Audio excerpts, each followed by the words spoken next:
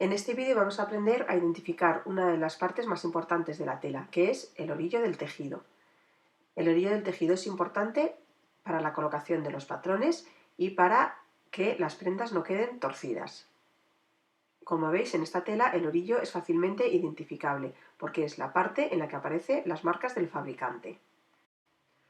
Hay tejidos en los que es más difícil identificar el orillo. En este caso tendréis que poner un poquito más de atención y buscar en el revés de la tela las pequeñas marcas del taladro del tejido. Esa parte de la tela donde aparecen los taladros del tejido se denomina orillo de la tela. Además del orillo, al trabajar con una tela debemos de tener en cuenta cuál es el dibujo que la tela presenta. En este caso, por ejemplo, las margaritas, como veis, van todas hacia arriba y los tallos quedan hacia abajo. Esto tenemos que tenerlo en cuenta a la hora de colocar el patrón. Luego colocaremos uno para que veáis cómo tiene que estar dispuesto el patrón con respecto a la tela. Por ejemplo, en la tela de abajo el dibujo no es uniforme, sino que va en distintos sentidos.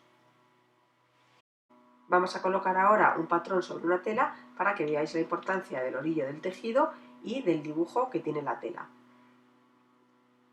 En este caso, por ejemplo, trabajamos con el patrón de un cubre-pañal. Como veis, el patrón tiene una línea recta con la palabra hilo. Esta línea recta debe de colocarse en paralelo al orillo del tejido. De esta manera evitamos que el patrón se tuerza. Doblamos la tela derecho contra derecho y colocamos encima el patrón. El hilo en paralelo al orillo y el lomo donde la tela queda doblada. Una vez que hemos colocado el patrón, tenemos que asegurarnos de que está bien colocado con respecto al dibujo de la tela. Como veis, en este caso, las flores no tienen derecho y revés. Esto quiere decir que el patrón podrá colocarse de una manera o de otra, siempre y cuando el hilo quede en paralelo a la orilla y el lomo en el doblez de la tela. Si yo coloco el mismo patrón sobre una tela cuyo dibujo tenga derecho y revés, tengo que tener en cuenta cómo tengo que colocar la tela para que el dibujo no quede hacia abajo. En este caso de las margaritas, como hemos visto antes, todas las margaritas tienen que ir hacia arriba, porque si no, al acabar el cubre-pañal, las margaritas quedarán volcadas. Coloco la tela de tal manera que las margaritas van hacia arriba e identifico en el patrón cuál es la parte de arriba del cubre-pañal. En este caso, la parte de arriba es la cintura.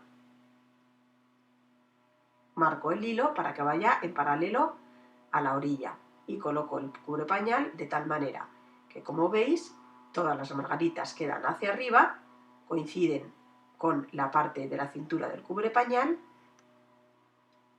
el hilo va en paralelo a la orilla de la tela y el lomo queda en el doblez del tejido. Vamos a poner otro ejemplo, en este caso con el patrón de un canesú.